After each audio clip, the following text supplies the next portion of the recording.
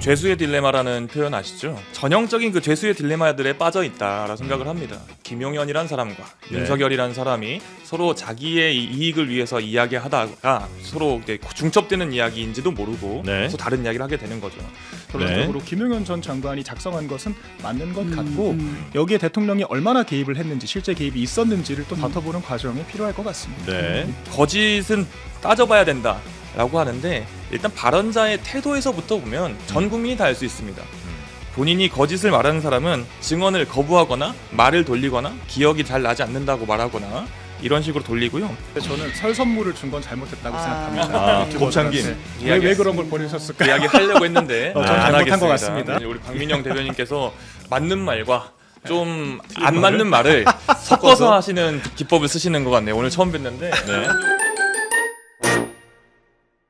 산업시각에 온 정치 토크쇼 장르만 여의도 1월 23일 목요일 순서 시작하겠습니다. 반갑습니다. 정프로고요.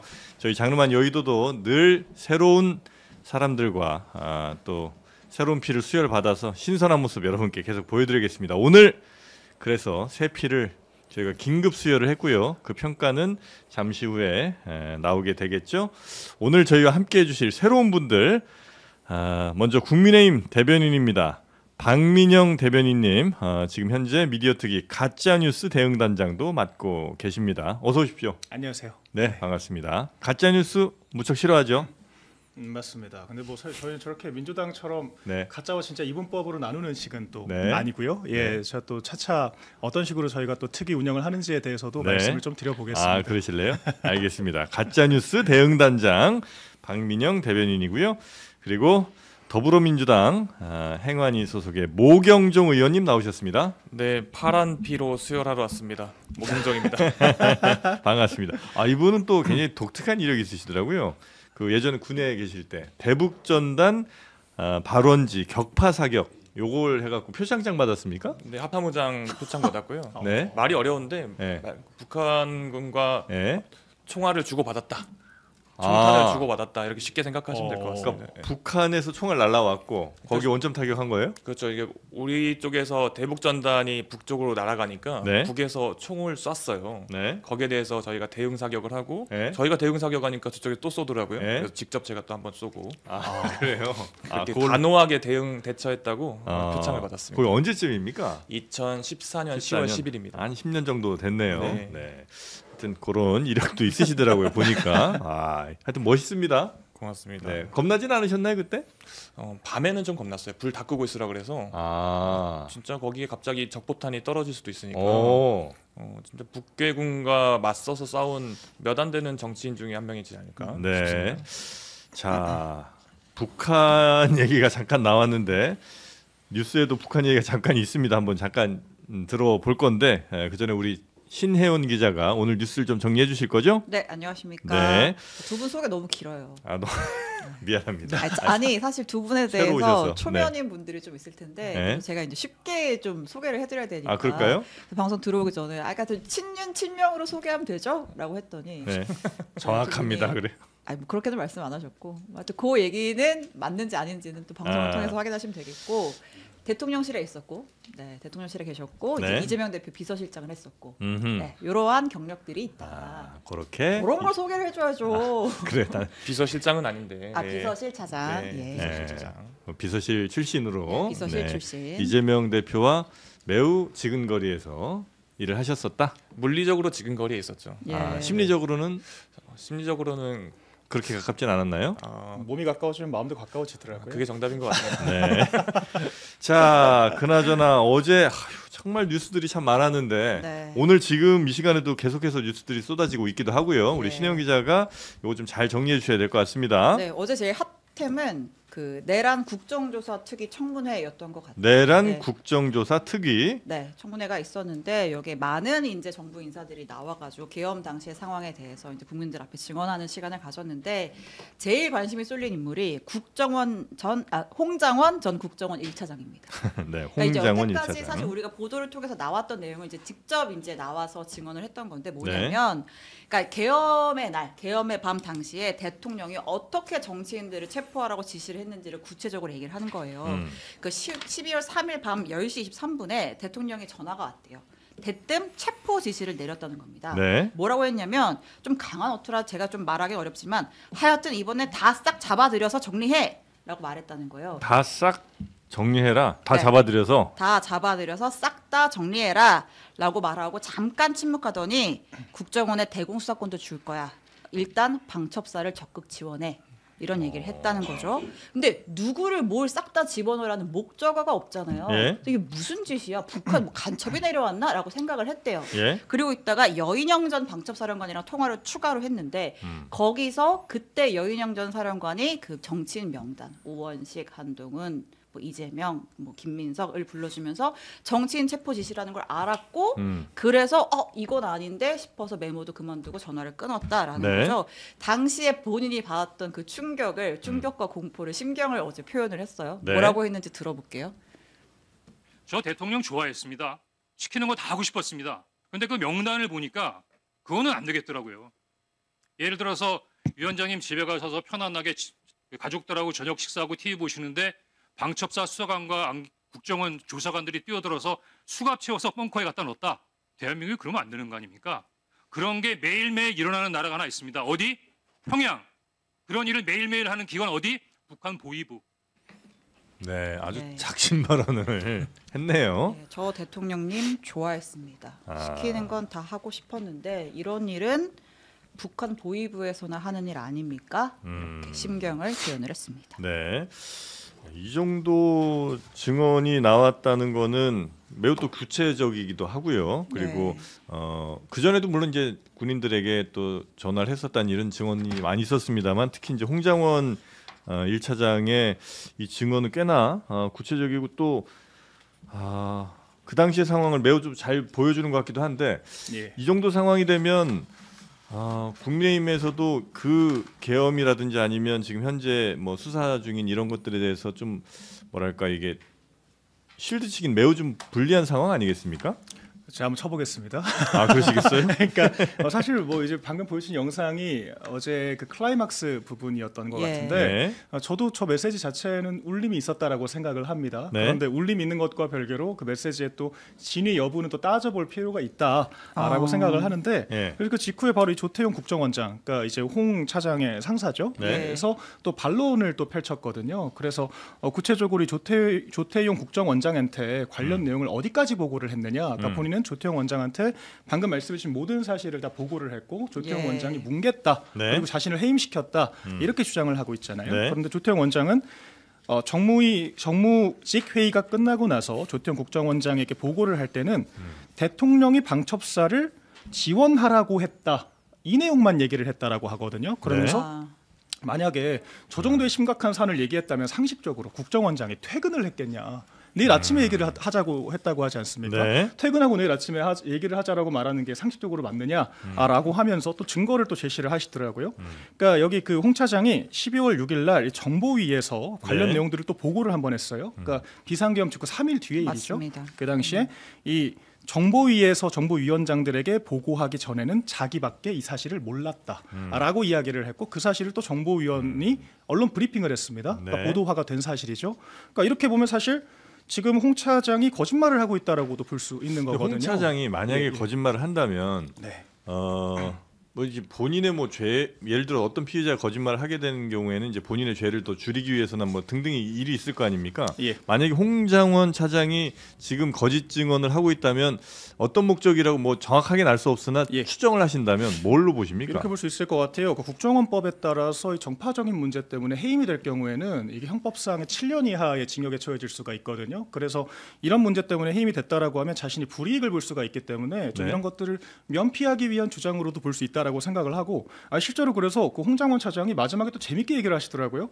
그 다시 민주당 쪽에서 물어봤습니다. 네. 지금 반박을 다시 해보시라, 재반박을 해보시라고 하니까 제가 보고를 안 했을 수도 있죠. 국정원장의 기억이 안 하실 수도 있죠. 이렇게 말씀을 하고 들어가셨어요.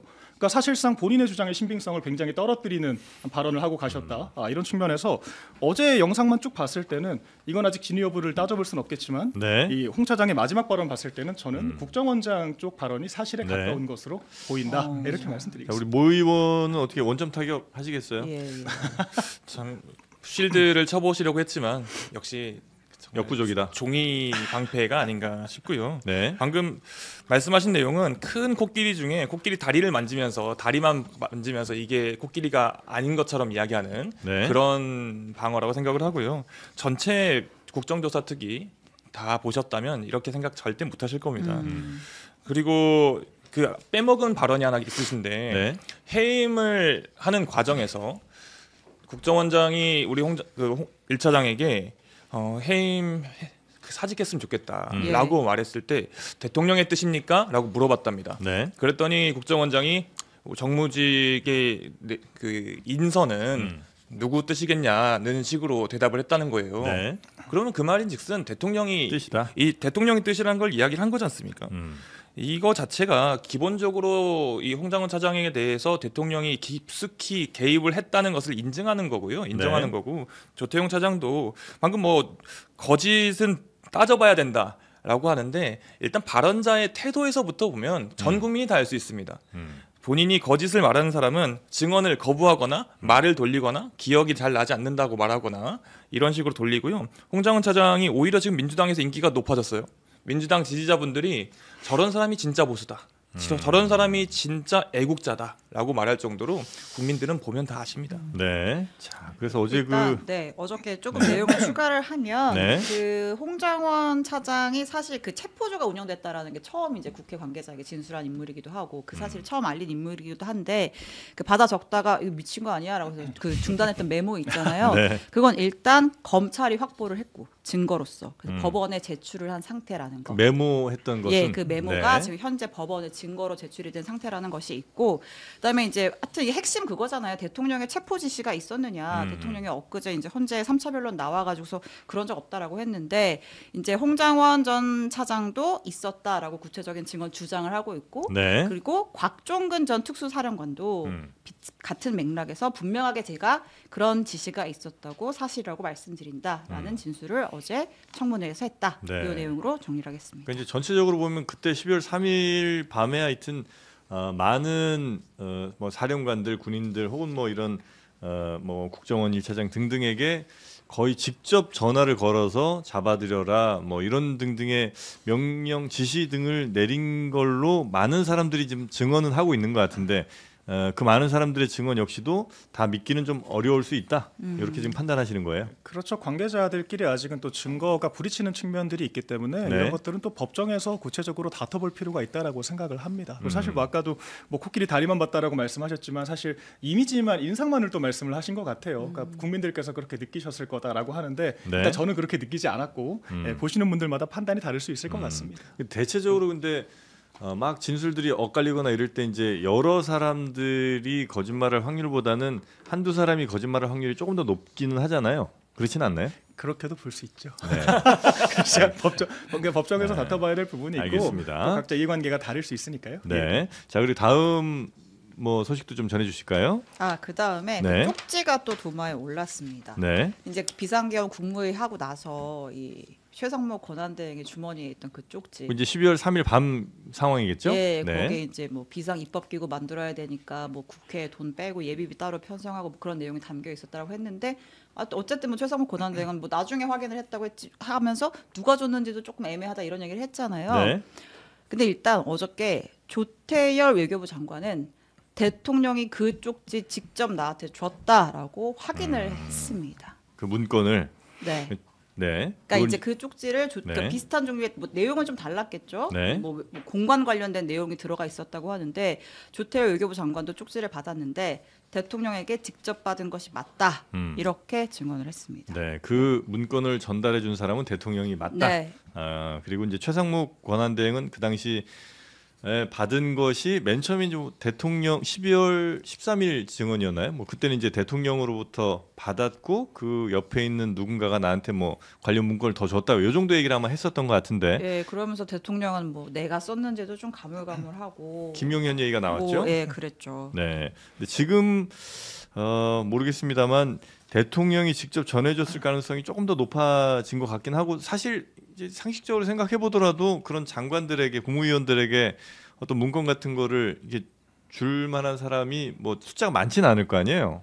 그렇죠. 예, 그래서 대통령이 아마 줬을 거라는 이야기, 증언과 또 정황들, 혹시 요거는 역시 진술의 신빙성 또 예. 생각해봐야 되나요? 이것도 사실 네. 좀 여러 사실관계들이 네. 겹치고 있어서 일단 보시면 김용현 측에서도 쓴 것은 김용현 전 장관이 맞다라고 하고 있기 때문에 쓴 것은 김용현 전 장관이 만든 것 같고요. 그다음에 지금 그 최상목 권한대행도 누가 건네줬는지는 정확히 기억이 안 난다라고 하고 있잖아요. 네. 사실 지금 이 헌법재판소에서 다투는 것 중에 중대한 헌법 위반으로 가장 문제가 되는 부분이 바로 이 국가비상 입법기구에 대한 내용이거든요. 네. 입법부 자체를 사실 부정하고 해산시키려고 했다라는 것으로 읽힐 수가 있기 때문에 근데 이 부분은 아직 사실관계 규명이 덜 됐고 이 조태열 외교부 장관이 나한테는 직접 주셨다라고 하셨지만 네. 사실 여기 들어가 있는 내용은 또 중대한 헌법 위반과는 또 결부되지 않는 부분들인 것 같거든요.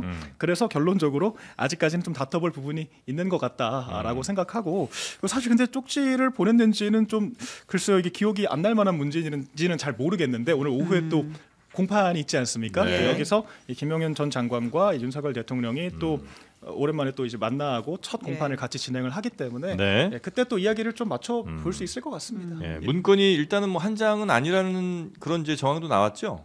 예, 그래서 저 문건에 보면 숫자, 그러니까 페이지 숫자겠죠. 거기 이제 8이라는 숫자가 써 있어서 적어도 7장 정도 앞에 더 있을 것 같다. 뭐 이런 이제 내용도 보도가 좀 나온 것 같습니다. 뭐 앞에 더 있을 수도 있고 이 아니. 쪽지를 받은 사람이 더 있을 수도 있고. 예. 네. 그런 거죠. 자, 이런 이제 당시에 계엄 당시에 여러 문건들, 뭐 문건의 존재는 뭐 부인할 수 없는 것 같고, 다만 이걸 이제 누가 줬느냐, 또 작성자가 누구냐, 요 정도가 이제 이슈라면 이슈일 수 있을 것 같은데, 여기에 대한 혹시 판단을 지금 어떻게 하고 계시는지? 죄수의 딜레마라는 표현 아시죠? 네. 원래 이제 범죄를 저지른 그 공범이 있을 때 공범들의 발언들을 어떻게 우리가 받아들이고 어떻게 유도하느냐 이런 내용인데 전형적인 그 죄수의 딜레마들에 빠져 있다라 생각을 합니다. 김용현이란 사람과 네. 윤석열이란 사람이 서로 자기의 이익을 위해서 이야기하다가 서로가 서로 이제 중첩되는 이야기인지도 모르고 네. 계속 다른 이야기를 하게 되는 거죠. 윤석열 대통령이 구속적부심 심사 때 단 한 가지의 질문에 단 한 번의 답변을 했는데 그때는 이 문건에 대해서 내가 준 것 같기도 안 준 것 같기도 하고 기억이 가물가물하다. 가물가물. 이렇게 이야기해놓고 헌재에 나와서 했을 때는 그런 거 내가 한 적 없다. 이렇게 답변을 바꿨어요. 네. 그러니까 여러 가지 내용들이 본인들 내에서도 정리가 안 되는 거예요. 이 전형적인 죄수들의 모습을 보이고 있다. 네. 이렇게 말하면 딱 한 줄로 정리될 수 있겠어요. 네. 그래서 오늘 만나죠. 김용현, 윤석열 두 사람의 만남이 헌재에서 이루어지지 않습니까? 그렇죠. 만날 네. 가능성이 매우 높고 뭐 윤석열 대통령이 직접 뭐 질문을 할 수도 있다. 라는 얘기까지. 아, 김용현 전 장관에게. 네. 내가 얘기까지 준 거 맞냐? 네가 줬잖아. 뭐 이런 식의 이제 질문. 반말을 하지는 않겠지만. 물론 이제 그렇겠죠. 할 수도 예. 있어요. 그럼 네. 보통은- 내가 줬잖아. 보통은 이런. 변호인단들이 있기 네, 때문에 네. 직접적으로 질문하는 경우는 많지는 않다라고 합니다. 않죠. 흔한 경우는 아니지만 예. 네, 대통령이 직접 출석을 한다면 그럴 네. 가능성도 있다. 근데 그게 만에 하나 네. 대통령이 주지 않고 김용현 장관 통해서 줬다고 하면 그 잘못이 많이 사라지는 건가요? 그게? 아니죠. 전혀 아니죠. 일단 그 정말 잘못 생각하고 있는 게요. 예? 본질 자체가 사라지지 않는데 계속 손바닥으로 하늘을 가리려고 하다 보니 네. 문제가 생기는 거라고 봅니다. 저는 좀 다를 수 있다라고 보는 어떤 게 점이 달라질까요? 그리고 윤석열 대통령 입장에서는 비상계엄이라는 것이 경고성의 의미였고 포괄적인 명령을 했는데 사실 아까 중대한 헌법 위반이라고 될 만한 부분은 사실 국가비상 입법 기구 정도의 내용이거든요. 왜냐하면 네. 예비비라는 것들은 뭐 통상적인 유사 사태에서도 동원할 수 있는 것이기 때문에 그러니까 그리고 이 부분을 그 김용현 전 장관이 좀 과도하게 해석을 해서 적시를 했고 전달을 했다라고 하고 윤석열 대통령이 몰랐다라고 한다면 이것은 내란 우두머리로서의 이게 타고 올라갈 수 있는 입증이 가능한가에 대해서도 네. 다퉈볼 부분들은 있겠죠. 법리적으로는요. 예. 근데 저희가 지금 쪽지 얘기만 하고 있는데 네. 사실 엇갈리는 그러니까 윤석열과 김용현의 주장이 엇갈리는 부분의 핵심은 포고령이에요. 포고령 작성을 누가 했느냐? 포고령 작성을 누가 했냐? 그렇죠. 왜냐하면 이 탄핵 심판에서 핵심은 이 포고령 이론은 헌법을 위반하는 내용들을 담고 있잖아요. 네. 거기에 뭐 국회를 해산하고 일체의 정치 활동을 금하고 이런 내용이 담긴 포고령을 도대체 누가 썼느냐라고 했을 때 대통령은 김용현이 썼다라고 얘기를 하고 있고 네. 김용현은 내가 쓰긴 했는데 대통령이 법전 뒤져보고 지침을 줬다라고 하니까 결국은 이 포고령 내란죄의 핵심, 내란죄의 수괴가 누구냐 를 다투는 게 될 거기 때문에 네. 이게 사실 지질공방의 핵심이 아닌가 싶어요. 네. 그 포고령을 누가 썼느냐. 그래서 만약에 최대한 윤석열 대통령의 죄가 좀 덜해지기 위해서는 그러면 말씀하신 것처럼 윤석열 대통령은 그냥 경고성으로 포괄적으로 야 계엄 한번 해야 되겠다. 뭐 이렇게 이제 얘기를 했을 때 밑에 있던 김용현 전 장관이 알겠습니다. 그럼 제가 한번 포고령 잘 작성해서 할게요. 이렇게 했고 그 모든 문건을 김용현 장관이 스스로 쓰고 예. 그래서 만약에 그 포고령을 발표를 했다면 그러면 죄가 좀 덜해질 수 있는 가능성이 좀 있는 거다. 일단 법리적으로는 그렇게 보는 게 맞는 것 같습니다. 그리고 이제 뭐 그 변론서 내용의 일부를 좀 발췌해서 좀 주장이 부딪히는 부분들도 있어 보이긴 예. 하는데 결론적으로 네. 김용현 전 장관이 작성한 것은 맞는 것 같고 여기에 대통령이 얼마나 개입을 했는지 실제 개입이 있었는지를 또 다퉈보는 과정이 필요할 것 같습니다. 네. 계엄 선포가 뭐 그냥 우리 사석에서 하는 이런 잡담이 아니고 사담이 아니지 않습니까? 계엄 선포를 국방부 장관이 초안을 작성했던 어쨌든 간에 선포를 최종적으로 누가 했습니까? 대통령이 했습니다. 네. 대통령이 그 포고령 관련된 내용을 전혀 모르고 경고성으로 했다. 그리고 경고성이라는 이야기도 저는 되게 불쾌해요. 불편하고. 네. 저는 그날 밤에 국회 본회의장에 앉아서 생명의 위협을 느꼈습니다. 저도 밖에서 보좌진들이 군인들을 맡고 있을 때 저도 아까 말씀해 주신 것처럼 나라를 사랑하는 애국자로서 네. 나가서 군인을 막아야겠다 생각을 했지만 동시에 든 생각이 내가 나가서 정족수가 하나라도 부족하면 어떡하지? 이 생각이 들어서 본회의장에 앉아서 진짜 노심초사 네. 실시간 영상만 바라보고 있었는데 이게 어떻게 경고성입니까? 해제가 2시간 만에 됐건 3시간 만에 됐건 2분 만에 됐건 계엄을 불법적으로 선포를 했고 이유가 네. 타당하지 않은 상태에서 계엄을 선포했기 때문에 거기서부터 봐야죠. 누가 썼는지 안 썼는지는 중요한 게 아닙니다. 네. 그 계엄의 내용이나 아니면 그 과정 뭐 여러모로 다 불법적인 요소가 너무나 많다고 아마 판단하시는 것 같고요. 자, 그리고 다음 뉴스도 한번 체크를 해볼까요? 궁금한 건데 네. 그 포고령 쓴 김용현 장관 노트북 망치로 부쉈다고 했잖아요. 그런 보도가 있더라고요. 예. 네, 그 부수면 뭐 어떤 뭘 못 찾습니까? 어떤 영향이 있는 거예요? 그러게요. 사실 네. 뭐 제가 휴대폰을 한강에 던진다는 말은 들어봤는데 네. 노트북을 망치로 부순다는 말은 또 처음 들어봐서 네. 예, 근데 뭐 어떤 내용들을 작성을 했고 이제 어떤 그 네. 과거의 좀 레퍼런스들을 검토를 했는지 그런 것들이 아마 총체적으로 들어가 있을 수는 있겠죠. 예, 그래서 뭐 예, 관련 보도를 일단 보도만 나온 상태이기 때문에 네. 명확한 사실관계는 파악을 해봐야 될 것 같습니다. 예. 그러니까 저는 보면서 어쨌든 그 포고령의 내용이 핵심인 거잖아요. 근데 그 내용은 온 국민이 다 봤고 또 본인이 썼다고 했는데 그 본인의 노트북을 부신다 한들 어떤 의미가 있나 싶은데 베껴 썼다라고 하시니 뭘 베꼈는지가 또 나올 그런 수도 있고 뭐 그렇지 자료들이나 않겠습니까? 그거 말고 다른 게 많이 있겠죠. 아. 이 포고령뿐만 아니라 예, 향후 예. 계획이라든지 사전에 내용들이 다 그 노트북에 있겠죠. 네. 아니 근데 그렇게 만약에 정말 그 모든 증거를 다 삭제하고 싶은 마음에 뭔가 물리적으로 좀 부수고 싶으면 다른 방법도 있을 것 같은데 굳이 그걸 망치로 이렇게 그 망치로 부셨다라고 하는 건 좀 그냥 상징적인 아, 내용인 그런가요? 것 같고요. 네. 그냥 말 그대로 증거 인멸을 하려고 했다. 이게 물리적으로. 포인트죠. 네. 네. 자, 여튼 그런 뉴스도 있었고 그리고 그 청문회에 김성훈 대통령 경호처 차장도 출석을 했습니다. 그렇습니다. 네. 또 핵심 인물이죠. 이 대통령을 끝까지 지켰던 그 경호처의 강경파 중에 핵심 인물인데 네. 그동안 이제 제기가 됐던 대통령 내외 심기 경호 관련해서 우리 뭐 여러 하늘에서 내려주신 대통령부터 해가지고 여러 가지 얘기들이 있었잖아요. 예. 질문들이 나왔어요. 생일 파티 때 도대체 그런 거 왜 한 거냐, 뭐 폭죽을 왜 터뜨렸냐, 막 이런 얘기를 막 하니까 무슨 얘기를 했냐면 김성훈 차장이 폭죽도 산 적도 있고. 생일 잔치 한 적도 있어. 근데 그거는 우리가 막 경호처 직원 경호부대 애들을 생일 잔치에 동원한 게 아니고 그때 경호처 60주년 창설 행사가 있었는데 네. 거기에 한 코너로 우리가 아주 조그맣게 생일 잔치를 준비한 거야. 경호처 대통령- 60주년 기념일이 예. 이제 큰 거고 거기에 예. 마침 또 대통령 생일이 껴서 예. 한 코너로 준비했다. 한 거야. 대통령 생일 잔치는 당연히 할 수 있는 거 아니야라고 하면서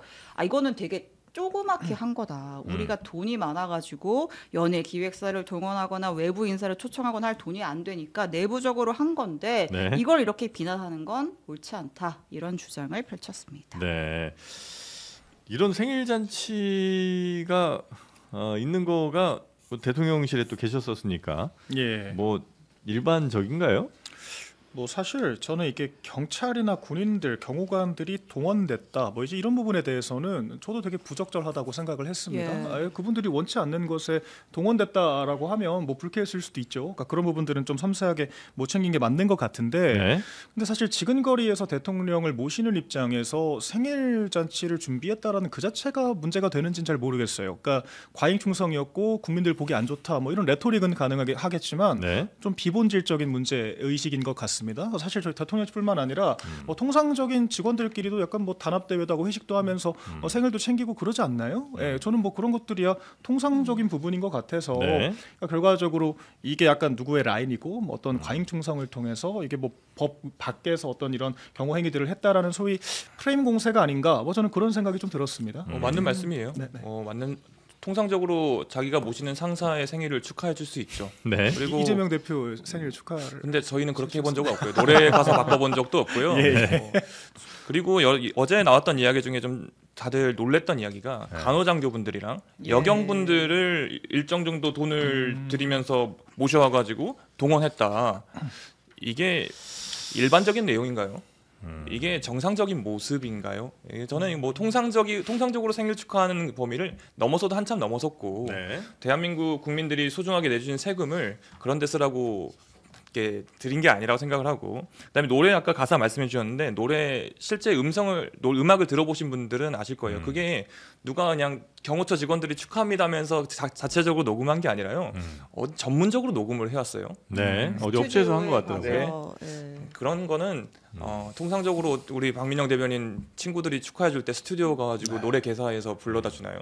그렇진 않을 것 같아요. 친구들과 또 대통령은 또 좀 다르기는 하죠. 근데 예, 같다라고는 하기는 우리 어렵죠. 김성훈 차장이 예. 친구들에게 하는 거 아닌가요? 친구들에게 생일 예. 축하해 줄 수 있는 거 아닌가요? 이렇게 말하던데요. 대통령이 벌써 예. 친구처럼 정말 친근하다 그렇게 말씀하더라고요. 이제 일반적으로는 그냥 예를 들어 대통령 생일이 뭐 제가 이제 경호처나 이런 데 들어가 보질 않았으니까 모르겠습니다만 뭐 좀 큰 케이크 이렇게 준비해서 그 정도 할 수 있죠. 대통령에게 뭐 생일 축하 노래 정도 불러주고 그다음에 케이크 나눠 먹고 뭐 이 정도 하면 뭐 큰 문제 없이 넘어갈 수 있는 거 아닌가 하는 생각은 좀 들긴 하던데. 네, 저희 어린이날 같을 때도 이게 약간 네. 비공개 행사 같은 걸로 경호처 직원들과 대통령실 직원들 같이 모아서 네. 또 행사를 또 추진을 하기도 하거든요. 네, 뭐 네, 사실 네. 그런 것도 뭐 말씀하신 것처럼 세금 낭비라고 그러면 낭비일 수 있겠지만 사실 뭐 단합을 통해서 업무 효율을 또 늘리고 사기 진작시키는 것도 업무의 일환이라면 일환일 수가 있죠. 그래서 네. 이런 것들은 보시는 분들에 따라서 판단이 좀 다를 것 같습니다. 예. 자, 하여튼 김성훈 차장은 그 생일 잔치라든지 아니면 뭐 심기경호 등등에 관련된 최근에 나온 여러 뉴스들에 대해서 뭐 부끄러울 거 없다, 뭐 충분히 할 만한 거 아니냐 정도의 했다, 뭐 이런 주장을 했고요. 이야기를 했다는 거고요. 네, 그리고 원래 어제 이제 공수처가 이제 한남동 관저랑 뭐 여러 군데 압수수색을 시도했잖아요. 근데 그거 관해서도 어쨌든 경호처가 열어줘야 될 거 아니냐 이런 질문이 나왔는데 대통령뿐 아니라 관저에 있는 영부인도 경호 대상자이기 때문에 네. 결과적으로 이제 못했죠, 불발이 됐죠. 이제 그런 얘기들이 있었고요. 요거는 어제 그 청문회에서 나온 얘기는 아닌데. 그 이제 윤석열 대통령, 김성훈 경호처 차장, 이광우 경호본부장 네. 요 세 사람의 공통 변호인이 있어요. 그러니까 이제 각각 이제 다 이제 따로따로 재판을 받게 되는데 다른 사건들이잖아요. 다른 사건들인데 네. 이제 똑같이 이 사람들을 변호한 사람들이 똑같은 사람들이 맡고 있다라는 거예요. 그래요? 그러니까 변호인단을 좀 공유를 하고 있는 걸로 보이는 측면들이 있는데 그거는 문제가 없나? 보통 그러니까 사실은 지금 약간 어쨌든 각각의 재판을 받지만 공범으로서 지금 바라보여지는 부분들이 있는 거잖아요. 네. 공범들이 같은 변호인단을 꾸려서 말을 맞추려고 하는 거 아니냐 이런 의혹도 좀 제기가 되고 있습니다. 예. 윤석열, 김성훈, 이광우 네, 이 네. 세 사람의 변호인들 중에 물론 이제 변호인도 한 명만 쓰는 건 아닐 거고 뭐 네. 변호팀이 그렇죠. 각각 네, 있겠습니다만 네. 그 중에 공통적으로 들어간 사람이 있더라. 그러니까 예전에 그 세월호 변호사로 우리가 뭐 박주민 의원만 알고 있지만 당시 배희철 변호사라고 있었어요. 근데 이제 그분이 최근 들어서 조금 이제 약간 좀 진영을 좀 이렇게 바꾼 그런 측면이 있는데 네. 이 배희철 변호사가 윤석열, 김성훈, 이광우의 변호를 동시에 맡고 있고 그리고 또 이제 베이철 변호사가 또 무슨 얘기를 했냐면 그 서부지법 앞에 있던 지지자들한테 그 내가 김성훈이 나한테 그러더라라고 하면서 체포 그 집행이 될 당시에 네. 김성훈이 대통령한테 울면서 제가 총 들고 나가서 저들을 막겠습니다 이런 얘기를 했다는 누굴 막아요? 거예요. 체포하러 온 사람들을 끝까지 총을 들고 우리가 경호처 본연의 업무를 해야 되는 거 아니겠습니까? 대통령을 지켜야 되는 거 아니겠습니까?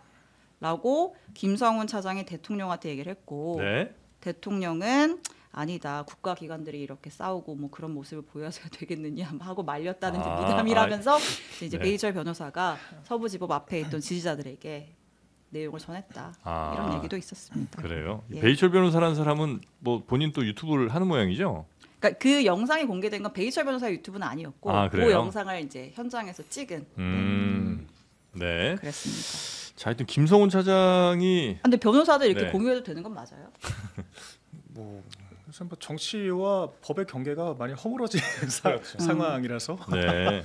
왜냐하면 이제 이 변호사를 공유한다는 거는 자칫 어쩌면 지금 현재 뭐 이런저런 혐의를 받고 있는 사람들끼리 지금 검찰 수사가 어떻게 돼가고 있는지 혹은 경찰 조사에서 어떤 증거들이 나왔는지 등등에 대해서 피의자들끼리 서로 공유할 수도 있는 거 아닌가 하는 의심을 살 수는 있잖아요. 네. 왜냐하면 그 변호사가 그런 얘기를 또 이 사람 저 사람 이 사람에게 다 얘기해 줄 수 있는 거니까. 예. 그래서 혹시 이건 좀 부적절한 건 아닌가 하는 생각이 좀 들긴 하네요. 예, 근데 이번에 사실 포고령 관련해서 좀 이런 말이 안 맞는다는 지적을 또 받은 상황을 보니까 사실 지금 아까 방금도 말씀드린 것처럼 네. 법과 정치의 경계가 지금 상당히 흐려지고 있는 상태인 것 같아요. 그래서 아무래도 정치적 레토릭으로는 내가 다 책임지겠다라고 하지만 막상 법정 앞에서 내가 다 책임지겠습니다라고 하면 모든 죄를 자백하는 게 되거든요. 그래서 네. 본인은 그렇게 생각할 수 있을지 몰라도 변호인단들은 그렇게 하면 안 됩니다라고 만류를 할 거예요. 왜냐면 변호인단들은 법적으로 최선의 결과를 이끌어내기 위해 있는 사람들이기 때문에 그래서 네.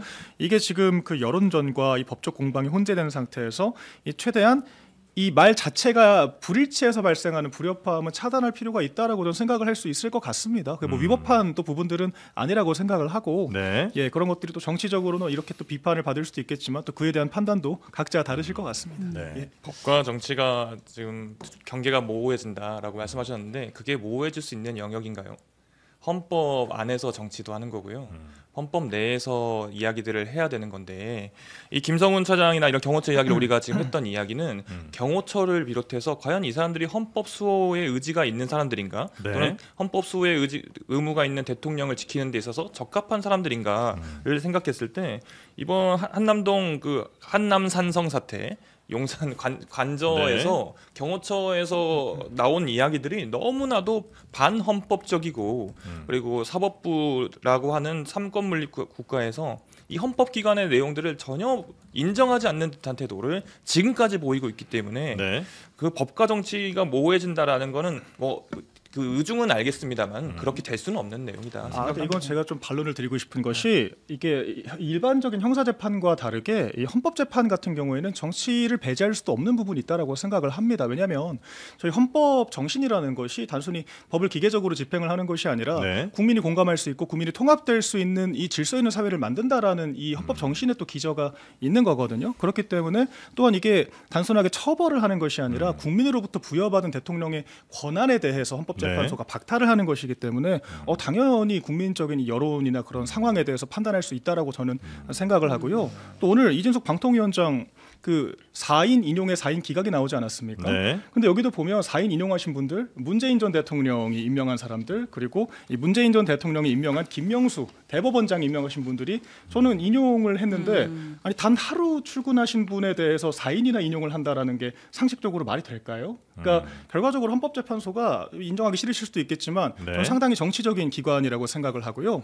이런 식의 판단이 계속해서 나온다면 이건 논란을 그 헌법재판소가 자초하는 부분이 있다라고 생각을 합니다. 네. 헌법재판소에 대해서 이야기를 하셨으니까 말을 안 할 수가 없는데요. 네. 정치적인 거를 고려를 해야 된다라고 말씀하시는 것처럼 저는 들려요. 헌법재판소의 판단 기준은 명확합니다. 정치적인 게 아니라 헌법입니다. 국민들의 정서도 역시 헌법에서 나오는 겁니다. 그렇기 때문에 조금은 그 과한 논리를 펼치시는 것 같고요. 이준석 방통위원장 결정 이야기를 하셨으니까 제가 이것도 한 문장만 짚고 넘어가겠습니다. 이준석 방통위원장 기각 의견을 내신 내용에 보면 이래저래 해서 일시적인 결혼이 발생하더라도 3인 이상의 위원이 참여하는 것이 바람직할 것이다. 네. 라고 이야기를 했어요.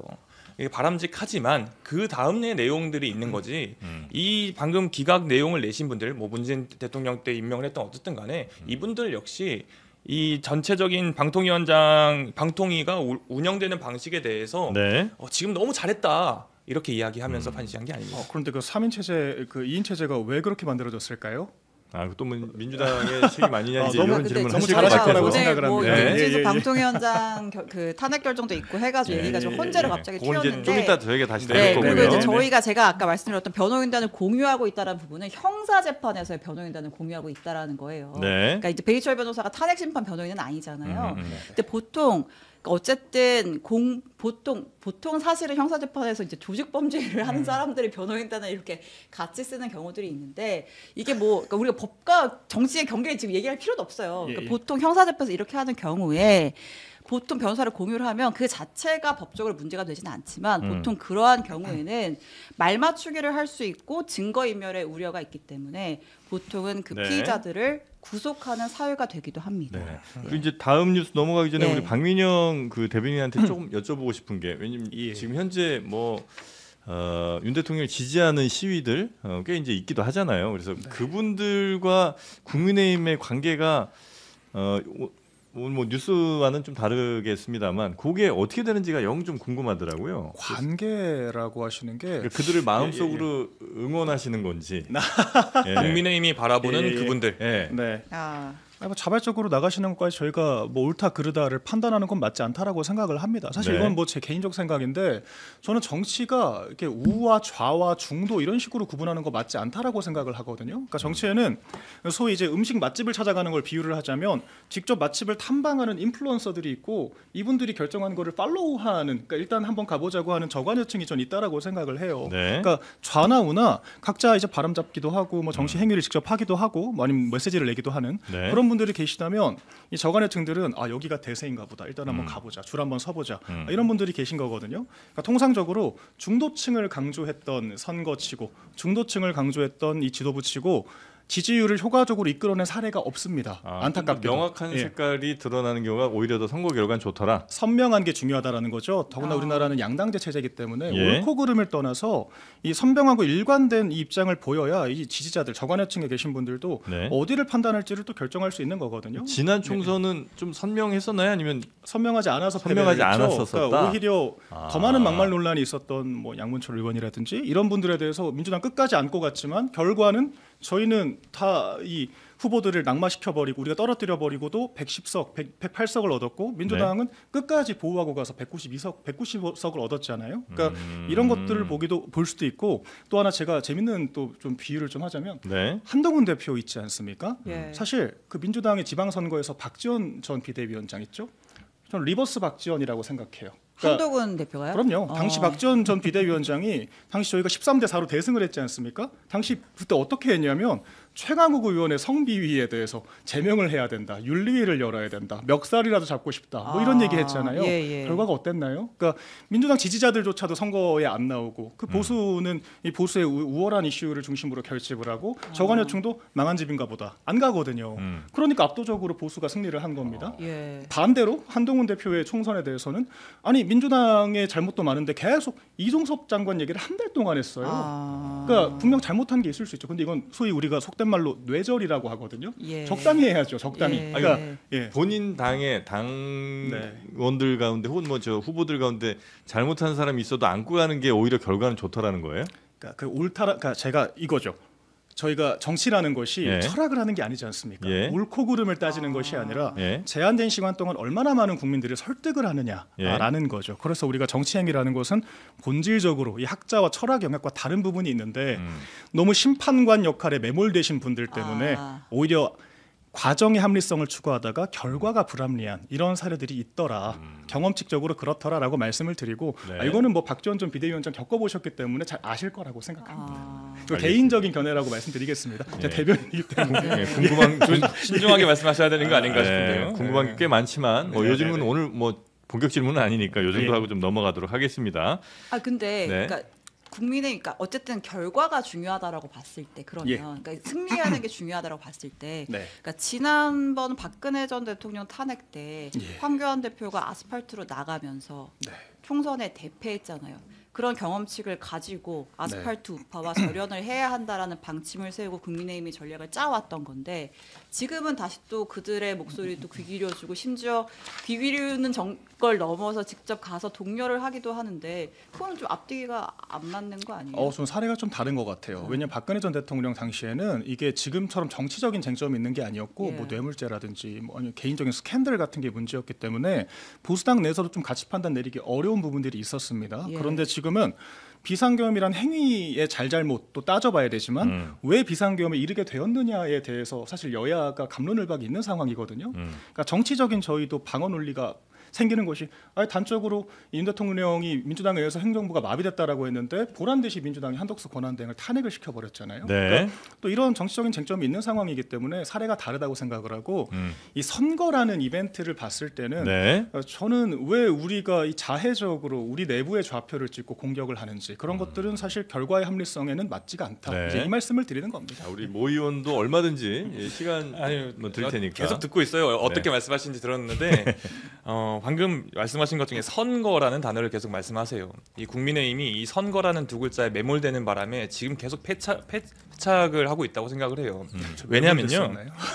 왜냐면 지금 아까 본인도 말씀하셨지만 정치는 옳고 그름이 아니다라고 말씀하셨잖아요. 뭐 어느 정도 이해합니다. 인정도 하고 동의도 하는 부분인데 지금 국면은 이미 옳고 그름의 문제를 일단 따져야 하는 상황이 벌어졌어요.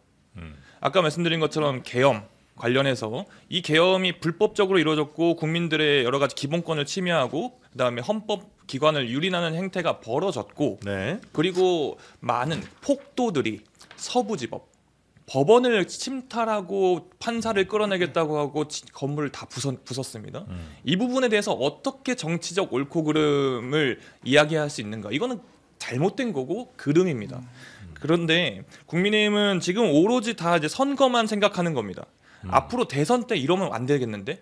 대선 때 이러면 우리가 이재명한테 질 수도 있겠는데? 이 생각이 있으니까 전국에 있는 모든 현수막을 다 이재명을 넣어가지고 이재명 이야기만 하고 있어요. 지금 국민의힘이 정부 여당으로서 그리고 집권을 했던 정당이고 대통령을 배출한 정당이라면 이재명에 대해서 이야기할 것이 아니고 선거에 대해서 여러 가지 고민을 할 것이 아니고 지금 잘못된 것이 정확하게 잘못됐다고 짚어내는 게 진짜 보수고 진짜 정당으로서 해야 될 역할이라고 생각합니다. 약간 좀 개념이 혼재된 부분이 있는 것 같아요. 사실 이게 사법적인 심판관이라고 제가 아까 표현을 했잖아요. 법적인 옳고 그름을 따지면 이재명 대표 그 공소장 보셨습니까?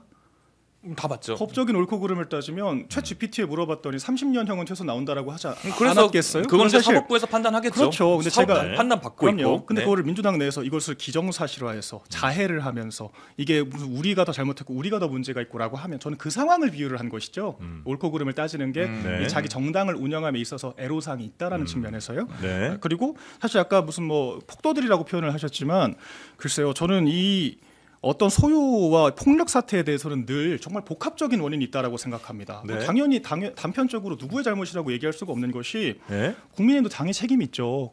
이런 사태가 있어서는 안 되고 그런데 그렇다면 민주당은 그러니까 장갑차를 동원해라, 총알을 맞아서라도 들어가라. 그리고 무슨 뭐 공조본과 내통을 했다, 메신저 역할을 했다는 얘기를 하고 그러니까 이 작용과 반작용의 원리를 봤을 때 이 백래시라는 것이 그냥 생기는 것이 아니지 않습니까? 작용이 있기 때문에 생기는 것이죠. 그런 측면에서 과연 책임이 없냐라고 하면 민주당의 강한 어휘라든지 뭐 이런 것들이 오히려 그들을 더 자극했다고 그럼요. 보신다는 거예요. 어제 그 탄핵소추위원들도 폭도다라고 표현을 하지 않습니까? 폭도들이 난동을 근데 이런 것들이 물론 그렇게 비판하실 수 있죠. 비판이 필요합니다. 그런데 이게 문제 해결에 회초리를 든다라고 해서 아이가 잘 크나요? 꼭 그런 건 아니거든요. 우리가 문제를 해결하는 것과 문제를 지적하는 것은 좀 분명히 다르다라고 생각을 하고 민주당이 문제를 지적하기만 하기 때문에 해결이 안 되고 더 갈등이 커지고 있다. 전 이 지점을 말씀드립니다. 국민의힘에서는 그 서부지법 당시의 그 상황 혹은 계엄 상황 요거에 대해서는 확실히 잘못됐다고는 이제 판단하시는 거죠? 저희는 저희가 당연히 반대를 하는 것이고 이는 국민적으로 그 두 사건에 대한 옳고 그름에 대한 가치 판단은 끝났다고 생각합니다. 그러니까 비상계엄 예, 예. 역시 굉장히 부적절한 잘못된 그럼요. 방법적으로 정치적으로 풀어야 할 것을 이것은 자신의 권한을 앞세워서 풀려고 했다. 그 권한이 적합한지도 지금 정확하지 않은 상태에서 풀려고 했기 때문에 예. 제 첫 인터뷰에서 저 단호하게 반대를 했습니다. 예. 그런데 가치 판단을 떠나서 이 문제 상황을 어떻게 해결할 건지가 이제 정치권의 숙제 아니겠습니까? 그러니까 제가 그게 아까 네. 옳고 그름에 매몰돼서는 안 된다라고 말씀을 드린 거예요. 네. 그러니까 저희가 가치 판단에서 끝나면 그건 정치가 아니죠. 이건 학자들의 역할이죠. 저희는 그래서 앞으로 어떻게 할 건데. 그러니까 가치 판단이 이제 어느 정도 됐잖아요. 그다음에 예. 이제 정치가 그 뒤를 이어서 현실적으로 뭔가를 만들어내야 될 거 아닙니까? 그럼요. 근데 예를 들어 대통령이 판단하신 대로 자신의 권력을 앞세워서 매우 잘못된 일을 했어요. 그럼 예. 거기에 대해서 국민의힘은 정치적으로 그 사람에 대한 판단을 하고 뭐 당과 분리를 시킨다든지 뭐 이런 것들이 당연히 따라야 되는 건 아니에요? 그래서 저희가 대통령 비상계엄에 대해서는 수차례 사과하고 네. 비판도 하고 그러지 않았나요? 그러니까 사실 그런 과정들이 충분히 있었다라고 생각을 하고 예를 들면 당에서 예. 지금 제명 같은 거는 네. 혹시- 아직 그렇죠. 그것도 사실 이건 문제 해결 과정에서의 방법론 중에 하나죠. 그러니까 네. 아까 비상계엄이 터졌다, 잘못됐지만 이것을 탄핵을 통해서 풀 것인가, 아니면 이거를 뭐 질서는 퇴진을 통해서 풀 것인가, 네. 아니면 제명을 시킬 것인가, 여러 가지 선택지가 있는 것이고 네. 저희가 박근혜 전 대통령 당시 탄핵을 겪어보지 않았습니까? 그러니까 사실 저희 보수 진영을 떠나서 제가 대통령실에 있어 보니까 관료 사회까지 사실 반토막이 났거든요. 네. 적폐청산 TF를 만들어서 관료들까지 정파성에 책임을 묻고, 그러니까 이 문재인 전 대통령의 집권이라는 것이 전 여러 가지 또 작용과 반작용이 있었다라고 생각을 합니다. 그러니까 5년 만에 정권이 다시 바뀐 거고요. 뭐 문재인 정권까지 갈 필요는 그런 없을 것 같아요. 예. 요지는 네. 해결에는 여러 가지 선택지가 근데 있는 그 것이고 해결의 선택지 중에 하나가 예를 들면 출당 조치나 이런 게 아니고 그럴 수도 있죠. 예를 들면 출당 같은 거는 그 해결 예를 들어 뭐 법적인 처벌이라든지 뭐 이런 걸 가기 전에 당연히 있어야 될 어떤 기본 조치 정도 아니에요? 당에서 선을 그어야 되는 거는 그 정도로 큰 잘못 권력을 앞세워서 이제 표현을 하셨으니까 그런 예, 정도의 예. 큰 잘못을 나라에 끼치는 사람이 만약에 있다면 당연히 국민의힘이 그걸 지지하는 게 아닌 이상은 반드시 그 절연을 해야 될 것 같은 느낌은 좀 있거든요. 개인적으로는. 그게 사실 가치 판단을 하는 과정까지 딱 있는 거죠. 그러니까 그거를 제가 예. 대신 말씀드리면 네. 다 선거 때문에 그래요. 다음 대선 때문에 음. 여러 가지 스텝이 꼬이는 겁니다. 저는 박민영 대변인 말씀하시는 게 정말 맞는 말씀 다 하셨어요. 그리고 당에서 여러 가지 모습 보이고 있다 자신 있게 말씀하신 것도 네. 좋아요. 근데 그 이후에 다음 대선을 생각하니 답답한 거죠. 음. 그러니 여러 가지 꼬이는 스텝들이 나오는 거고 아까 뭐 제가 행안위에서 경찰청장 직무대행에 여러 가지 질의를 해봤는데 네. 경찰청장 직무대행도 이건 폭동이다라고 직접적으로 이야기를 했습니다. 그리고 저는 자꾸 좀 여러 가지 이야기들 민주당이 이렇게 했기 때문에 계엄이 생겼다. 민주당이 네. 이렇게 했기 때문에 이런 서부지법을 공격하는 사태가 벌어졌다 이러는데 이게 딱 어디에서 비슷한 이야기가 나오냐면 학폭 사건에서 이런 이야기 나옵니다. 학폭 사건에서 학폭 일어난 다음에 때리는 가해자에게 왜 그랬냐 하면은 다 제가 답답하게 뭐 했다. 네. 이유가 있어서 자기도 참을 수가 없었다. 다 뭐 그런 이야기를 하거든요. 제가 나를 화나게 했다 뭐 이런 얘기들. 제가 뭐 문제가 있었다. 제가 항상 잘못된 행동을 한 거다. 그래서 내가 학폭을 했다. 이런 논리랑 뭐가 다릅니까 도대체? 네. 좀 다른 부분이 사실 저희가 먼저 민주당의 잘못이라고 한 적이 없습니다. 잘 아시겠지만 저희가 민주당 탓이라고 한 적이 없고요. 아까 작용 반작용 이야기하셨는데요. 국민의힘 책임이라고 말씀을 하시니까 지금 그런 국민의힘의 네. 책임 문제가 있다고 말하는 말씀을 거겠죠. 좀 드릴게요. 네. 그래서 그런 식의 책임 공방을 하자면 과연 어떻게 일방향적인 책임이라고만 할 수 있겠냐라고 제가 방어적으로 말씀드린 것이고 네. 학폭을 비유를 하셨는데 가해자만 잘못했다라고 몰아세우는 것도 뭐 방법일 수 있습니다. 근데 그렇다라고 해서 이 학급 관계가 완만해지고 이 두 사람의 관계가 회복되고 문제가 해결되진 않거든요. 그렇기 때문에 저희가 그럼 선생님들은 어떤 역할을 해야 되느냐, 학교의 체제는 어떻게 바뀌어야 되느냐, 우리 제도와 시스템을 어떻게 바뀌어야 되냐 이런 부분들을 종합적으로 논의를 하잖아요. 그래서 그 법원 난입 사태가 있은 직후에도 대법관회에서도 이런 말이 있었다라고 하지 않습니까? 과연 우리 법관들은 공정하게 재판을 했는지도 우리도 돌아봐야 된다. 자성의 목소리가 나왔고 경찰들도 우리가 왜 3,000명의 변력 갑자기 780명으로 줄였는지에 대해서 순간 방심했던 것이 이런 사태를 키운 것은 아닌가라는 또 자성의 목소리도 나오고, 그러니까 각자 자신의 역할에서 충실히 할 수 있는 부분들이 있고 해결할 수 있는 부분들이 있는데 네. 계속 정쟁화하면서 국민의힘 잘못이지 않습니까라고 하는 게 아니요, 저는 국민의힘 이게 잘못이라고 말하고 있는 게 아니라 네. 이 말씀을 드리는 겁니다. 한 가지 마지막 정리만 하죠. 예, 예. 원래 여당과 야당을 왜 나눠놨겠습니까? 원래 정치는 방금 말씀하신 것처럼 저 똑같이 생각해요. 책임 공방을 하면 끝이 없습니다. 당신네들 이런 그 닭이 먼저냐 달걀이 먼저냐 싸움이 돼버릴 수 네. 있어요. 그렇기 때문에 정치라고 하는 것은 국정을 주도하고 운영하는 여당과 그 부분에 대해서 비판과 감시와 견제를 하는 야당이 존재하는 겁니다. 네. 근데 지금 윤석열 정부 출범 이후에 야당의 모습은 야당의 모습을 보이고 있어요. 야당에 대한 반대만 하는. 그렇죠. 네. 그러다 보니 야당은 원래 본인들이 아까 말씀하신 것처럼 지적만 할 수 있을 뿐입니다. 집행 권한도 없고 행정 권한도 없기 때문에 네. 지적하고 견제하는 상황을 하면 거기에 대해서 또 여러 가지 계속 공회전만 하고 있는 거죠. 자, 요 공회전은 요 정도로 좀 하고 네. 이슈들이 좀 있으니까. 네. 예, 진짜 짧게만 말씀드리면 10초만. 근데 사실 네. 한덕수 권한대행을 탄핵한 직후부터는 사실상 민주당이 여당이라고 봐야죠. 지금 에이, 권한대행의 선택권이 무슨 민주당한테 있지 말씀이세요? 않습니까? 네. 자, 다음 뉴스 좀 넘어가 보도록 하겠습니다. 일단 권영세 비대위원장이 아까 이제 그 당이 이 이른바 폭력 시위를 한 사람들과 어느 정도 거리를 둘 것인가, 혹은 뭐 극우 세력들이라고 일컬어지는 사람들과 어느 정도 거리를 둘 것인가 하는 관련 뉴스일 수도 있을 텐데, 권영세 비대위원장이 국민의힘이 폭력적이고 뭐 불법적인 부분에서는 거부를 하지만 또 이들과 아주 거리를 두는 것 좀 쉽지 않다, 이런 취지의 얘기를 좀 했죠. 이 얘기는 사실 박민영 대변인이 쭉 해주신 것 같아요. 그들과 거리두기를 하지 않는 이유에 대해서 잘못은 했지만 그들이 왜 그런 행동을 하는지도 살펴보자. 지금 그 주장이신 거죠. 그렇죠. 근데 저는 설 선물을 준 건 잘못했다고 아, 생각합니다. 네. 곱창김. 왜 그런 걸 보내셨을까? 이야기 하려고 했는데 저는 안 잘못한 것 하겠습니다. 같습니다. 네. 네. 예. 자, 그럼 다음. 부정선거에 대해서는 어떻게 생각하세요? 부정선거요. 네. 저는 개인적으로 통계적으로 발생하기 어려운 사건이라고 생각해요. 네. 그런데 이것도 사실 시민사회라는 것은 굉장히 날것의 문제의식을 얘기하지 않습니까? 네. 그러니까 부정선거라는 형태로 표현을 하지만 그 과정에서 우리가 절차들은 또 들여다볼 필요가 있거든요. 그러니까 그런 시민사회 날것의 문제의식을 제도권의 언어로 가공해서 해결책을 내는 게 또 저희 정치인들의 역할이라고 생각해요. 그것을 음모론으로 치부하고 터부시하는 것 자체로 문제가 해결되지 않는다라고 생각하고, 저희가 이전 보수에서 툴튜버들의 어떤 문제다, 음모론이다, 극단주의자다라고 얘기를 했지만 네. 해결되기는 자정이 되는 게 아니라 오히려 더 강화가 됐습니다.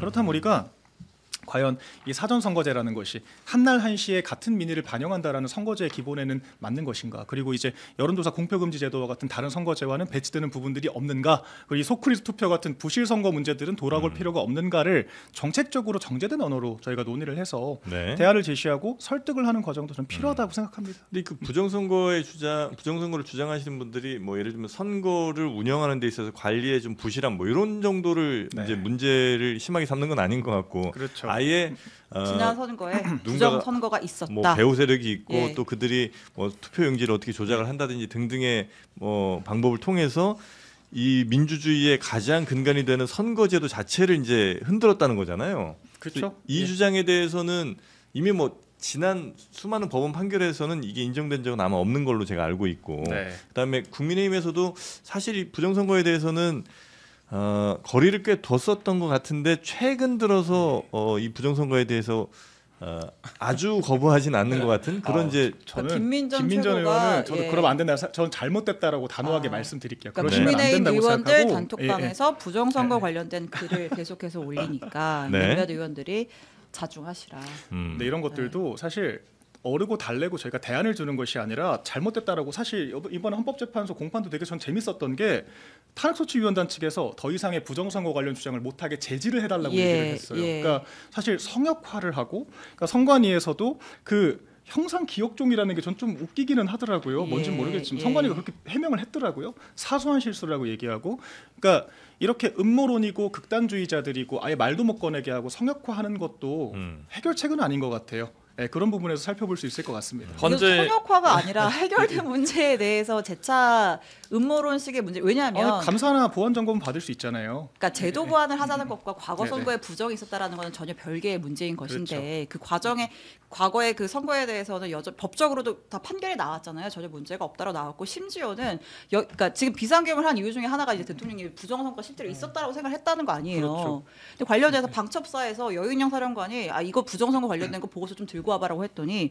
이거는 이미 끝났고 법적으로도 다 증명이 되는 문제이기 때문에 이거에 대해서 우리가 다시 하는 건 소모적인 논쟁입니다라는 보고서까지 만들었음에도 불구하고 이 주장을 계속하는 건 우리 사회의 신뢰를 무너뜨리는 거잖아요. 이 선거제에 대한 신뢰를 무너뜨리는 굉장히 악의적인 행동이라고 저는 생각을 하거든요. 그러니까 그래서 제가 김민전 의원 같은 주장을 하면 안 된다라고 단호하게 말씀드린 거고, 근데 예. 거기서 그친다라고 해서 이 사태가 해결되지 않잖아요. 그러니까 우리가 하지 말라고 한다고 되는 것이 아니라 선관위도 이렇게까지 된 마당에 거부만 할 것이 아니라 아니, 감사를 안 받지 않습니까? 그러니까 이런 것들은 좀 열어둘 필요가 있다. 뭐 이런 주장인 거죠. 저는 우리 박민영 대변인께서 맞는 말과 좀 안 맞는 말을 섞어서 하시는 기법을 쓰시는 것 같네요. 오늘 처음 뵀는데 아주 능하시네요. 거기 말씀하신 것처럼 김민전 의원을 비롯해서 그 부분 잘못된 거 인정하시는 거 맞는 말.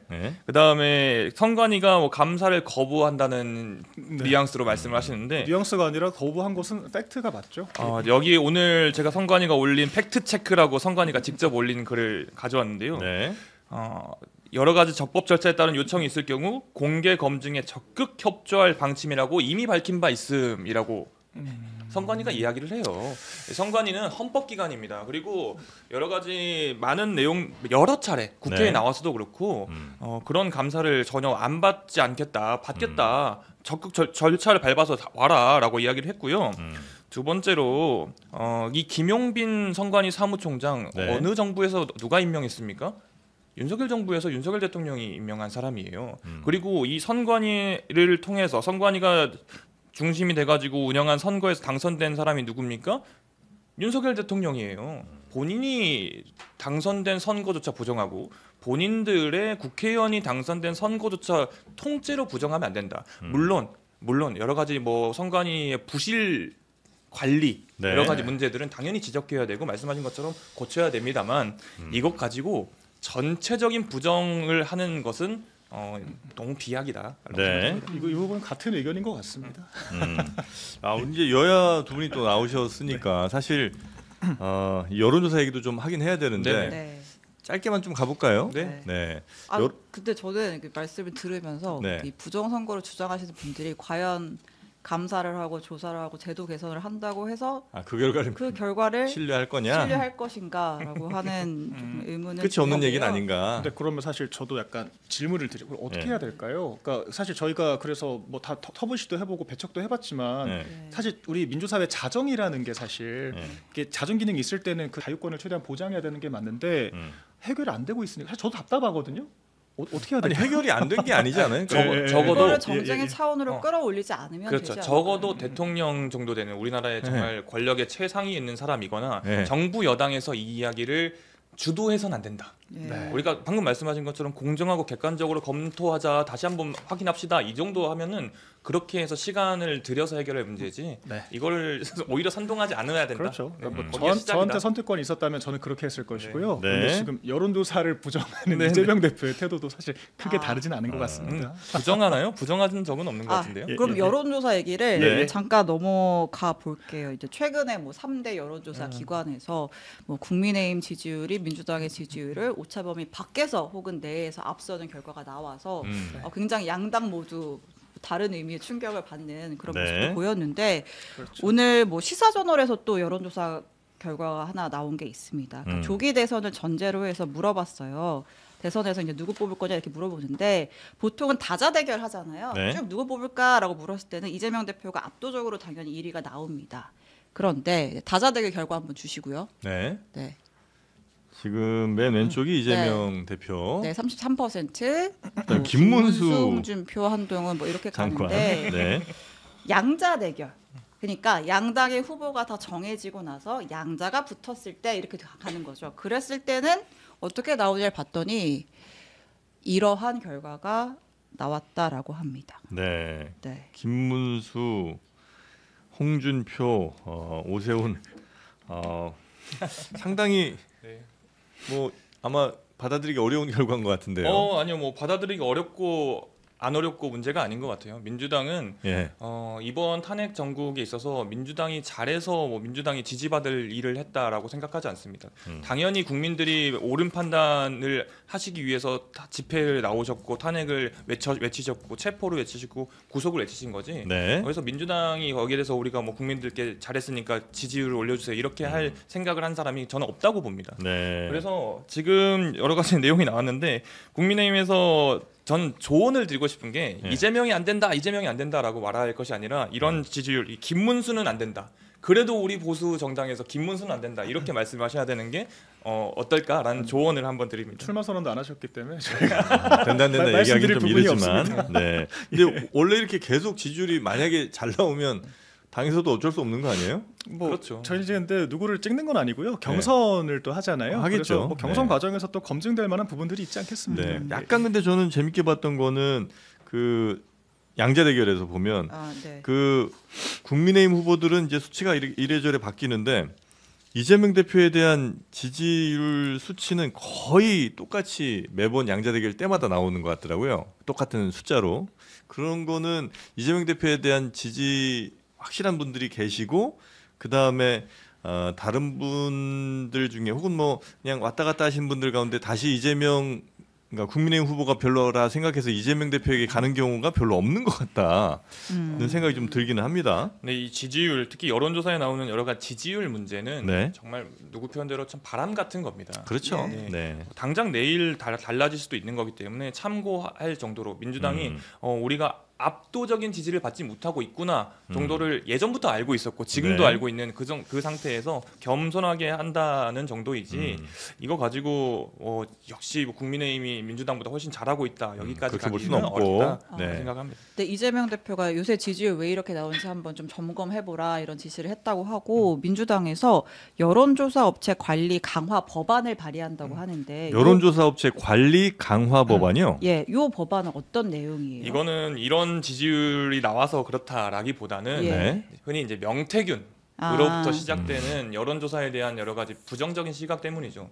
국민의힘 쪽에서도 명태균 때문에 정말 내용을 많이 겪고 있고 앞으로도 겪을 예정일 것 같은데 네. 그 명태균 씨 같은 분들이 여론조사에 미치는 영향 또는 당내 경선에 미치는 영향들을 막기 위해서는 공정하고 정말 믿을 만한 여론조사가 필요하지 않느냐. 네. 여야 또는 좌우를 가릴 것 없이 떠나서 그냥 원론적인 이야기를 한다. 근데 그건 생각합니다. 좋은 뭐 취지인 것 같은데 하필 딱 요 시점에 하니까 좀 오해를 받을 수 그럴 있을 수 것 같아요. 있다고는 생각해요. 사실 네. 저 이거 아까 제가 했던 말이랑 똑같은 거예요. 그러니까 부정선거는 동의하지 않지만 이런 의혹들이 있고 얘기들이 나오니까 점검을 해보자 같은 얘기를 하고 있는 건데 명태균 얘기하셨지만 명태균 여조는 비공표 여조였고 소위 심기경호용 여조였지 않습니까? 이 여심위에 등록되어 있는 여조들은 이미 우리나라만큼 엄격한 기준을 적용하는 나라가 없습니다. 여론조사에 대해서. 네. 근데 이것을 민주당이 만들겠다라는 법안은 선관위만 관리하는 게 아니라 국회 통제 아래 두겠다. 국회가 그 기준을 만들겠다라는 거거든요. 그러니까 입법 권력으로 대체 어디까지 통제를 하겠다라는 거냐. 이제 이런 얘기가 나올 수밖에 없고 그러니까 이게 부정선거로 주장하는 윤 대통령 측을 이재명 대표가 비판할 자격이 있나? 이런 얘기가 나올 수밖에 없는 거죠. 네. 그 여론조사 관련해서는 이제 과거 많은 문제들이 좀 드러나긴 했었잖아요. 말씀하신 것처럼 명태균 관련해서도. 네. 그래서 이런 여론조사 업체들에 대한 관리 내지는 또 새로운 어떤 기준 같은 걸 마련하는 게 필요하다고 보세요? 아니면 이미 잘 되고 있으니 뭐 굳이 그렇게 바꿀 필요까지는 없다고 보세요? 저는 되게 이 자유주의와 네. 자정작용에 대한 저는 신념이 큰 사람입니다. 네. 그러니까 여론조사가 여러 가지가 난립한다라고 해도 이 여러 가지 여론조사를 비교 분석하는 과정에서 또 중간점을 찾을 수 있는 거거든요. 네. 그러니까 오히려 정보를 통제하는 것이 아니라 폭넓게 풀어줘야 그 정보가 자정을 겪으면서 전 네. 정확한 결과에 도달할 수 있다라고 생각을 합니다. 오히려 규제를 강화해서 정말 몇 개 기관만 조사를 한다라고 해서 이를테면 여론조사 꽃과 여론조사 공정만 남는다고 생각을 해보세요. 그러면 정말 극과 극만 남는 거고 판단할 수가 없는 거거든요. 네. 오히려 지금 여론조사가 워낙 많기 때문에 이 스펙트럼을 만들어서 민주당이 이 항의 방문을 하겠다고 했던 그 여론조사 평판 연구소 소위 코프라는 그 스펙트럼의 사실 중간에 있는 조사입니다. 그렇기 때문에 타당하지 않은 문제 제기라고 말씀을 드렸던 거고 저는 자정의 힘을 믿는다. 근데 그 자정이라는 거는 예. 일반적으로 이제 충분한 공급자와 충분한 수요가 있는 상황에서 맞습니다. 그다음에 그 정보라는 것이 투명하게 공개가 될 때 그때 이제 보통 자정작용들이 잘 일어나잖아요. 근데 예. 이제 여론조사 같은 경우는 어떻게 조사하는지도 잘 이제 사람들이 모르는 경우가 너무나 많고 또 심지어 그 여론조사 자체가 스스로 그 여론에 영향을 미치는 경우들도 굉장히 많아서 네. 과연 여기에다가 뭐 이렇게 막 이상한 여론조사 많이 나오다 보면 결국은 괜찮은 여론조사 쪽으로 우리가 갈 것이다라는 그럼요. 그런 자정을 기대하기가 좀 어렵지는 않습니까? 근데 이게 사실 여심이 기준이라는 게 생각하시는 것보다 훨씬 네. 엄격합니다. 그러니까 표본과 어떤 지역 표집과 그러니까 과표집이란 표현을 쓰는데 사실 과표집이라고 판단하면 애초에 선관위에 이 등록이 될 수가 없어요. 그렇기 네. 때문에 그거랑 이제 문항을 어떻게 구성하는지도 사실 공정성에 대한 판단을 또 하고요. 그러니까 네. 여론조사 등록 업체 등록 자체가 쉽다라는 것들은 문제가 제기될 수가 있는데 네. 이 등록된 공표형 여론조사가 글쎄요 지나치게 난립하고 있고 부적절하다. 이걸 명태균 같은 이런 비공표 여조랑 비교하는 것은 또 적절하진 않습니다. 명태균도 그 공표 여론조사에도 영향을 미치지 않았었나요? 어떤 여론조사가 그러니까 예를 있었죠? 들면 그 명태균이 설립한 그 업체 말고도 뭐 네네네. 다른 언론기관에서 이렇게 의뢰했던 여러 조사 같은 경우 또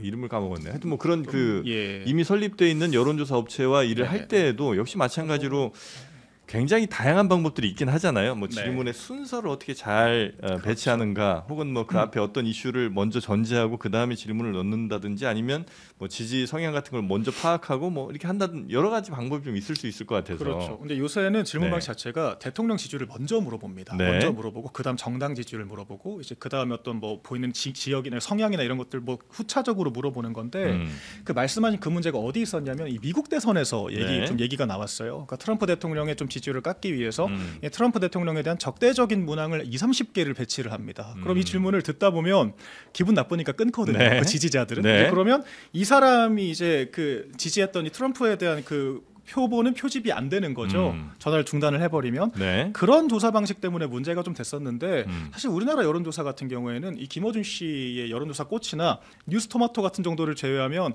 현안 질문 자체가 그렇게 많지가 않아요. 그 코프라도 현안 질문 한 4개 정도밖에 없었거든요. 네. 근데 그 4개 현안 질문 때문에 중간에 전화를 끊어서 이게 제대로 표집이 안 된다라고 주장을 하시니 저희가 그거는 맞지가 않다라고 해서 선관위에서도 이 신청을 기각을 했던 겁니다. 네. 그래서 그 여론조사에서는 보정이라는 거를 합니다.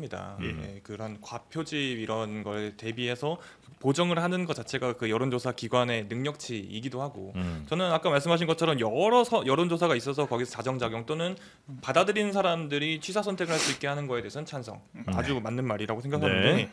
제가 수능을 볼 때 고등학교 때 사회문화를 선택을 했었거든요. 사회문화라는 과목을. 그때 보면 여론조사를 할 때 어떤 문항은 잘못된 것이다, 이런 식으로 여론조사하면 안 된다라는 그런 거를 제가 배웠던 기억이 나요. 네. 이번에 나왔던 많은 여론조사들을 한번 들여다봤을 때 과연 교과서에 나온, 고등학교 교과서에도 나오는 그런 정확한 그 룰을 가진 질문지였었나 한번 체크해봤을 때 아닌 부분들이 있어요. 너무 많지 않나요? 10개도 넘게 그렇죠, 많아요. 그래서 그렇기 때문에 이런 기본적인 룰 세팅을 하자. 자유롭게 하고 자정작용하는 거 자유롭게 하는 건 좋지만 네. 그 안에서의 최소한의 룰은 우리가 합의하자, 요 정도로 생각하시면 될 것 같습니다. 알겠습니다. 여론조사 이슈까지 저희가 한번 살펴봤고요. 오늘 정프로가 제가 언급했던 그 명태균이 영향을 미친 공표 여론조사는 네? PNR. 네네네. 그거는 PNR. 표본을 아예 조작을 했죠. 네네. 자, 하여튼 이런 일들이 종종 또 있을 수 있어서 한번 여쭤봤던 거였는데, 오늘 저희가 새로운 분들과 함께 한번 오늘 일부를 한번 꾸려봤습니다. 혹시 어떠셨는지 우리 의원님 어떠셨습니까? 괜찮으셨어요? 오늘 이거 하루 종일 할 수도 있을 것 같습니다. 그래요? 네. 저희는 못할 것 같습니다. 매우 지금 힘든 상황이에요. 자, 우리 저 대변인님께서는 오늘 사실 장르만 여의도를 제가 대통령실에 있을 때 아마 프로그램이 신설된 것 같아요. 그래서 제가 예. 처음 와봤는데 네. 재밌습니다. 자유분방하고 이렇게 중간에 이렇게 뭐랄까요, 열띤 디베이트를 또 이렇게 티키타카를 하는 이런 분위기 또 오랜만이라서 네. 저 즐겁고요. 자주 불러주셨으면 좋겠습니다. 대통령실에서 혹시 저희 방송 모니터링은 안 하셨겠죠? 제가 사실 방송 잘 보는 걸 별로 안 좋아해서 저는 유튜버로 정치를 원래 잘 안 봐서 알겠습니다. 저는 장르만 여의도를 많이 봤습니다. 유튜브의 시대입니다, 여러분. 네. 자, 오늘 함께해 주신 두 분 대단히 감사하고요. 또 뵙도록 하겠습니다. 수고하셨습니다. 감사합니다. 고맙습니다.